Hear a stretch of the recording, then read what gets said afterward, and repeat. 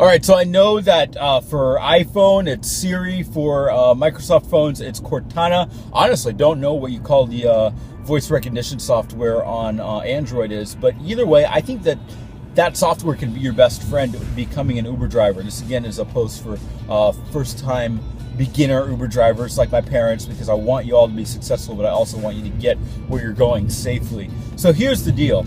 I think that you can almost make communicating with the customer using Siri completely hands-free, which means you can focus on driving, which is where your hand should be in the first place. Let me tell you, there's some crazy drivers out there, maybe you forgot, and they're going to be out there when you're Uber driving as well. So you want to have your hands on the steering wheel, because otherwise, when they do crazy things, you're not going to be able to react. So anyway, here's my advice. All right, so this begins when you get the call. When you get the call and you accept the call, there should be on the top right-hand portion of the screen on the Uber Drivers app an info section. What I want you to do is to click on that particular section. It'll bring up a name, a star rating, and a phone number, and screenshot that.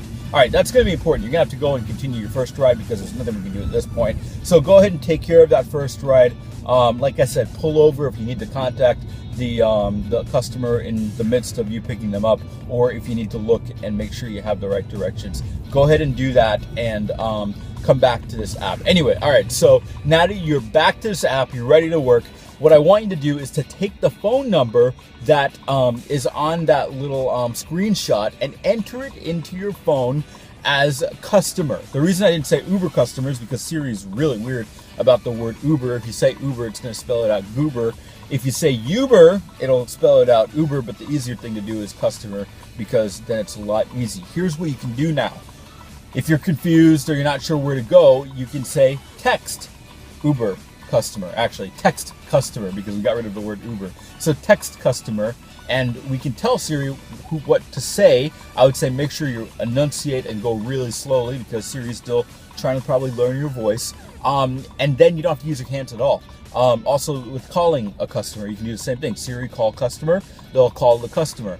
What I do is actually, I text them pretty early in the process.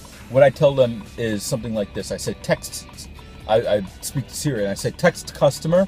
Hi, this is Paul, your driver, semicolon, where can I meet you at? And this is because I know a very poorly kept secret in the Uber driver community, and that is the GPS function to the actual pickup location is really bad. It is true that if you follow the icon, if you actually look at the phone and go where the icon is, like in the last stages of picking the person up, that can be helpful. But as far as the GPS getting you there, usually gets you to an approximate location, but very rarely does it get you exactly where you need to go. So once that person responds to that text, remember I said use Siri to say, hi, I'm your driver, not Uber driver, your driver, semicolon, where can I meet you at? They'll probably tell you a location.